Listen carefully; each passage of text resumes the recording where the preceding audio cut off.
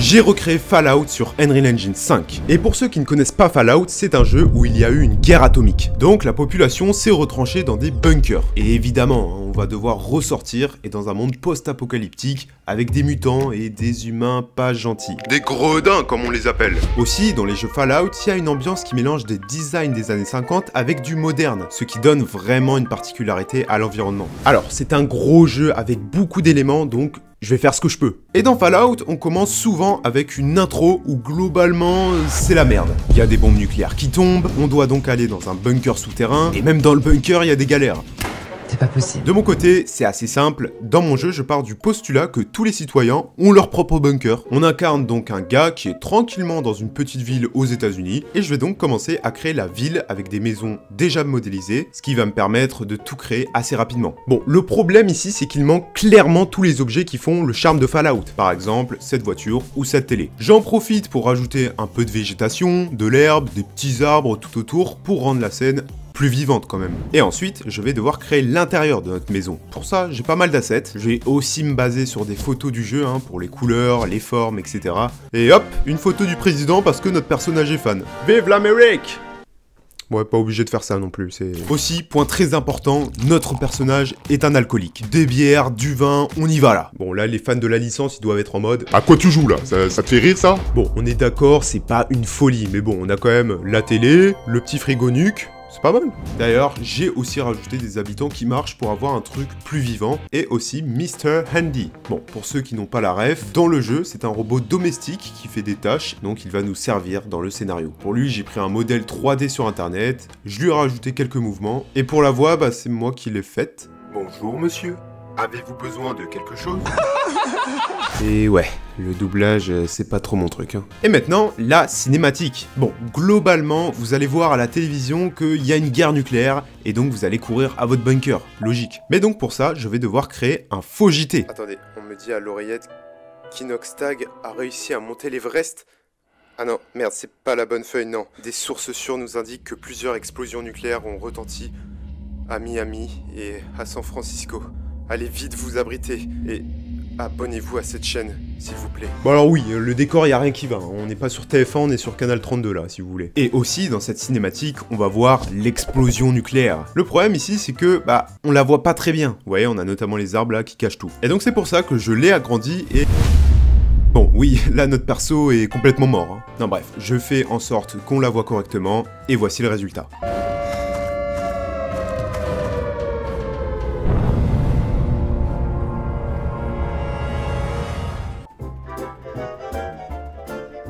On est donc rentré dans notre bunker qui n'existe pas encore parce que je ne l'ai pas encore créé. Mais d'abord, notre personnage. Pour lui, j'ai gardé les déplacements de base et ce que j'ai fait, c'est que j'ai pris les animations et les armes du projet Lyra. En fait, c'était un projet démo d'Epic Games. Et donc, on peut ramasser des armes et des munitions. Et regardez-moi cet effet d'impact quand on tire. Si ça, c'est pas digne d'un triple A, je comprends pas là. D'ailleurs, dans Fallout, notre personnage a toujours une combinaison bleue comme ça. Je lui en ai donc rajouté une à notre personnage. Bon, en vérité, j'ai juste modifié la texture du mannequin de base, voilà. Et oui, je suis un escroc. Et j'ai aussi intégré un système de vie. En gros, si t'arrives à 0, tu meurs. Voilà, non mais pour ceux qui comprennent pas quoi. Mais pas de souci, parce que vous aurez sur la map des kits de vie pour vous soigner. Et à côté de ça, au niveau des mouvements, j'ai aussi intégré un système de sprint et un système d'escalade des murs. Ça fait toujours plaisir. Bon, maintenant, je vais essayer de créer un bunker où on sent qu'on est vraiment dans l'univers de Fallout. Je vais donner du mieux que je peux, mais bon, avec les assets que j'ai, je sais pas si je vais faire des dingueries. Mais bon, est-ce que ce n'est pas ça finalement la création?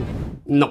Pas en 2020. Malgré ça, j'ai quand même pas mal d'assets à ma disposition. Tout d'abord, j'ai commencé par organiser les salles et les couloirs, bref, la disposition générale. Et puis ensuite, j'ai pu ajouter les objets, les lumières, et aussi pour donner un petit peu ce côté Fallout, j'ai rajouté des matériaux jaunes et bleus, qui sont les couleurs dominantes des abris.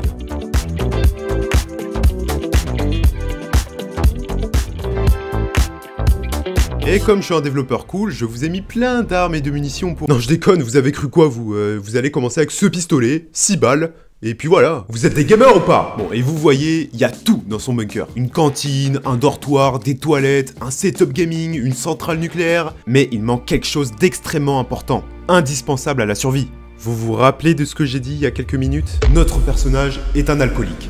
Y a pas de bière. Oh merde. Pauvre garçon, putain. Donc votre but, trouver une bière, et c'est tout. Et d'ailleurs, si Netflix veut racheter mon scénario, je peux vous le faire à 50 millions, c'est le prix d'amis, voilà. Bref, c'est la raison pour laquelle vous allez devoir sortir de votre bunker. Et pour sortir, je vais créer la grosse porte des abris dans Fallout qui va s'ouvrir avec cette cinématique. Et on est donc parti pour la création de la map. Bon, déjà j'ai repris la ville du début telle quelle, et là mon but ça va être de créer l'apocalypse. Je vous rappelle qu'il y a une bombe nucléaire qui a explosé. Et en plus de ça, souvent dans les jeux Fallout, on ressort après une certaine période, genre 200 ans. Ouais, c'est pas mal. Je vais donc commencer par modifier les arbres, en rajoutant des arbres morts, sans feuilles, les maisons ainsi que la route qui est détruite, plier les poteaux électriques, modifier le matériel du terrain, rajouter des squelettes, et voici un avant-après.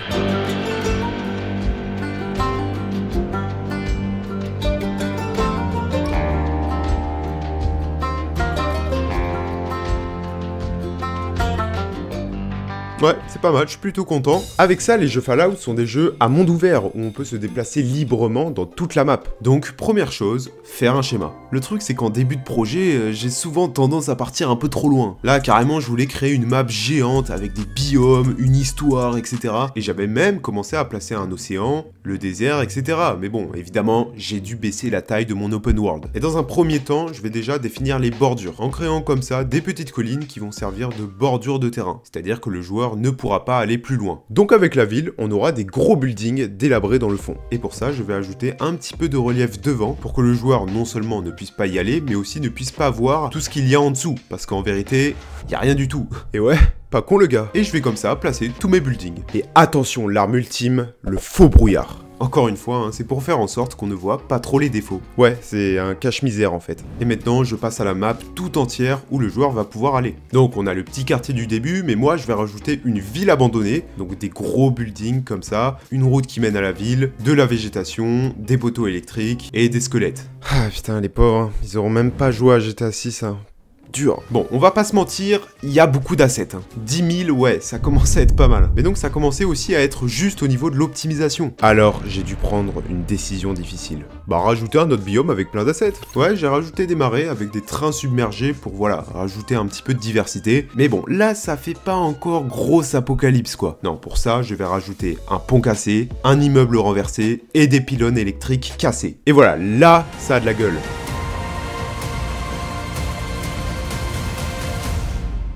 D'ailleurs, j'avais oublié, je vais rajouter des volumes comme ça pour que le joueur ne puisse pas sortir de la map. Ouais, parce que je vous vois là, hein, ceux qui veulent trouver des bugs, vous m'aurez pas comme ça, hein, mon jeu est irréprochable.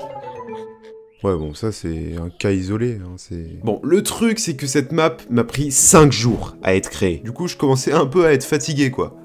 La map, du coup, alors. D'ailleurs, dans Fallout, vous allez croiser la route avec un chien qui va devenir votre compagnon. Ouais, il est mignon, hein. Dommage qu'il meure. Et je vais l'appeler Bob. Pourquoi Bob? Je sais pas. Alors oui, je sais, dans le jeu, il s'appelle Canigou. Ouais, je sais beaucoup de choses hein, sur l'univers de Fallout, hein, vous savez, c'est... Eh merde. Toujours est-il que je lui rajoute différentes animations et que comme dans Fallout 4, il va nous suivre. Non, bon, je fixe ces animations et on a bien Bob qui nous suit. Alors par contre, ne comptez pas sur lui pour vous défendre si vous vous faites attaquer. Hein. Non, il va juste vous regarder. Allez, viens. Et maintenant, parlons du Pip-Boy. Pour ceux qui ne savent pas ce qu'est le Pip-Boy, c'est le bracelet qui, dans Fallout, va vous servir à consulter votre inventaire, votre vie ou la map. Ouais, ça fait un peu tout, quoi. De mon côté, dans mon jeu, il n'y a pas d'inventaire, et pour la map, ça n'aurait pas été utile non plus. Hein. Mais bon, je trouvais ça quand même important de le mettre. C'est l'un des objets principaux de Fallout. Hein. C'est comme si je parlais de la Coupe du Monde 2018 sans parler d'Adil Rami, c'est... Ah ouais non, du coup ça marche pas en fait. Et ce que j'ai fait simplement, c'est que je l'ai attaché à l'os du poignet, et donc... Ouais, franchement, ça a du flow, hein. Je sais pas pourquoi ils font pas ça, Rolex, hein, ça marcherait. Mais bon, revenons à la base, parce que vous allez devoir trouver une bière. Et pour ça, vous allez devoir un petit peu chercher. Hein. Et notamment, dans la map, trouver 2 cartes d'accès qui vous serviront à quelque chose. Une porte peut-être, hein, qui mène à... Non, je déconne, je vais pas vous spoil quand même. Pour ces cartes, j'ai donc pris une image du Vault Boy, qui est la mascotte utilisée par Vault-Tec. C'est l'entreprise derrière les abris. Et ensuite, je vais aller sur Photoshop et je vais créer une illustration assez simple, mais que l'on peut reconnaître pour la carte. Aussi, concernant le scénario, si vous retournez à votre maison, Mr. Andy vous dira ce message. Je détecte une demande d'alcool de la part de votre organisme. Si j'étais vous, j'irais sûrement vers la ville. Je détecte une demande... Oh ta gueule. Voilà, c'était Flash Débat. Donc un peu pour guider les joueurs, hein. Cependant, votre trajet ne sera pas de tout repos. Parce que dans Fallout, la Terre est peuplée de mutants. Et oui, des cafards géants, des ghouls, des pieuvres. Bon oui, il me restait plus grand chose en stock dans mes modèles, et donc j'ai pris un poulpe. Et évidemment, le but de ces monstres, c'est de vous tuer. Donc je vais leur intégrer un comportement. En fait, ils vont se déplacer librement s'ils ne vous voient pas. Par contre, s'ils vous voient, ils vous poursuivront et vous attaqueront s'ils sont au contact. Mais pour ça, il me manquait des animations, hein, notamment pour les cafards. J'ai donc, dans un premier temps, fait le rig et... Ah, comment faire perdre toute crédibilité au monstre. Ah non, la danse du cafard, c'est quelque chose, hein. Bref, après qu'il était rigué, j'ai pu lui créer une animation dans Unreal. Voilà, oui, c'est pas une dinguerie, hein, mais bon, ça passe. Du côté du joueur, on a 3 armes. Un pistolet, une AR et un fusil à pompe. Alors oui, je sais, ce n'est pas les armes des jeux, mais regardez, je leur ai mis des petites couleurs jaune et bleu. Vous êtes pas content ? Dans tous les cas, quand on tire, on va voir cette ligne qui va détecter les acteurs qu'elle rencontre. Donc pour les monstres, je vais leur programmer un système de vie qui sera différent en fonction des monstres. C'est-à-dire que les cafards auront par exemple beaucoup moins de vie que les ghouls, logique. Et quand on leur tire dessus, je vais rajouter plein d'effets parce que là... Oh, voilà quoi. Des particules de sang, l'audio des impacts de balles... Et aussi rajouter une petite musique de tension quand ils sont à proximité, pour mettre un peu en alerte le joueur. Et voici ce que ça donne. Plutôt cool, hein, mais moi ce que je préfère c'est jouer avec son corps. Non, je suis pas malade mental, hein. Pourquoi vous dites ça? Oh, putain, les sound effects, c'est... Imagine, tu te fais frapper par des centaines de ghouls et tu fais ce bruit-là. Et sinon, on a le poulpe. Voilà, lui c'est un petit peu comme un boss, hein, donc sa vie, on va la mettre à 3000. Allez, bonne chance. Ah, c'est quelque chose, hein. Et bah vous savez quoi, je vais le garder ce bug de physique, ce sera votre récompense pour avoir tué le monstre. Et non, hein, c'est pas parce que j'ai la flemme de corriger, hein, ça n'a rien à voir, pas du tout ça quoi. Et après avoir codé tout ça, je vais les placer un peu partout sur la map. Et pareil pour les armes, je les ai dispersées un petit peu partout. Et à vous de les retrouver. Bon, maintenant c'est du détail, mais j'ai rajouté un panneau publicitaire pour Voltec, des affiches avec des refs. D'un autre côté, j'ai aussi créé les menus. Petite scène avec une armure T45, ouais, je sais, je vous avais dit que je m'y connaissais. Allez, on continue là. Ensuite, j'ai juste à faire une capture d'écran et je vais m'en servir de fond pour les interfaces, pour ensuite rajouter les boutons, le texte, etc. Des petites musiques d'ambiance comme celle-ci. Et pour finir avec tout ça, petite finition, je vais aussi rajouter un cycle météo. Alors ouais, là je balance tout ce que j'ai. Il peut donc faire beau, de la pluie, du vent, du sable ou de l'orage. Et vous pouvez complètement télécharger le jeu gratuitement. Restez créatifs et moi je vous laisse avec le résultat final.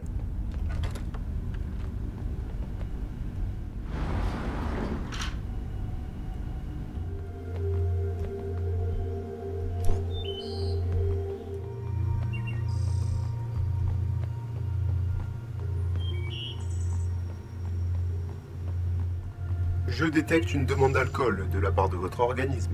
Si j'étais vous, j'irais sûrement vers la ville.